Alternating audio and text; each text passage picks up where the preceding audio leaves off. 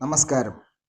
അസാമിൻ്റെ മണ്ണിൽ പകപോക്കലിൻ്റെ രാഷ്ട്രീയം കളിക്കുന്ന ആസാം മുഖ്യമന്ത്രി ഹിമന്ത ബിശ്വ ശർമ്മയുടെ എല്ലാ വെല്ലുവിളികളെയും അതിജീവിച്ചുകൊണ്ട് അസാമിൻ്റെ മണ്ണിലൂടെ സ്നേഹത്തിൻ്റെ കട തുറന്ന് മുന്നോട്ട് പോവുകയാണ് രാഹുൽ ഗാന്ധിയും ഇന്ത്യൻ നാഷണൽ കോൺഗ്രസും.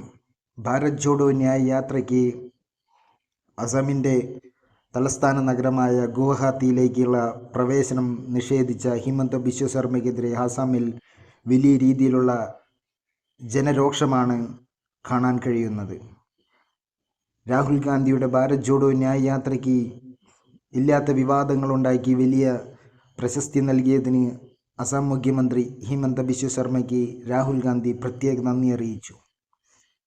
ഇന്നേവരെ അസം ജനത കണ്ടിട്ടില്ലാത്തത്ര ജനസാഗരത്തെയാണ് രാഹുൽ ഗാന്ധിയുടെ ഭാരത് ജോഡോ ന്യായ് യാത്രയിൽ അസാമിൻ്റെ തെരുവോരങ്ങളിൽ കാണാൻ കഴിയുന്നത്.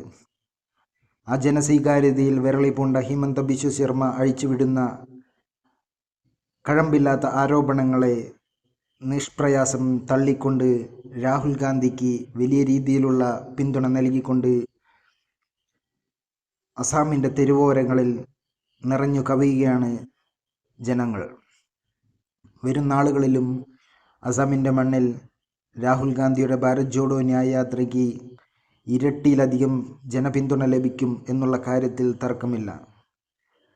യാതൊരു പബ്ലിസിറ്റിയും നൽകാതെ ഹിമന്ത ബിശ്വ ശർമ്മ അഴിച്ചുവിടുന്ന വ്യാജ ആരോപണങ്ങൾ ഭാരത് ജോഡോ ന്യായ് യാത്രയ്ക്ക് വലിയ രീതിയിലുള്ള ജനസ്വീകാര്യതയാണ് അസാമിൽ നേടിത്തന്നത്. വരും ദിവസങ്ങളിലും ഈ സംഘർഷങ്ങൾ അഴിച്ചുവിടാൻ ഹിമന്ത ബിശ്വ ശർമ്മ തയ്യാറാകും എന്നുള്ള കാര്യത്തിൽ തർക്കമില്ല. പക്ഷേ അസാമിൻ്റെ മണ്ണിൽ കോൺഗ്രസ് വളരെയധികം കരുത്താർജിച്ച് മുന്നേറുകയാണ് ഭാരത് ജോഡോ ന്യായ് യാത്രയിലൂടെ.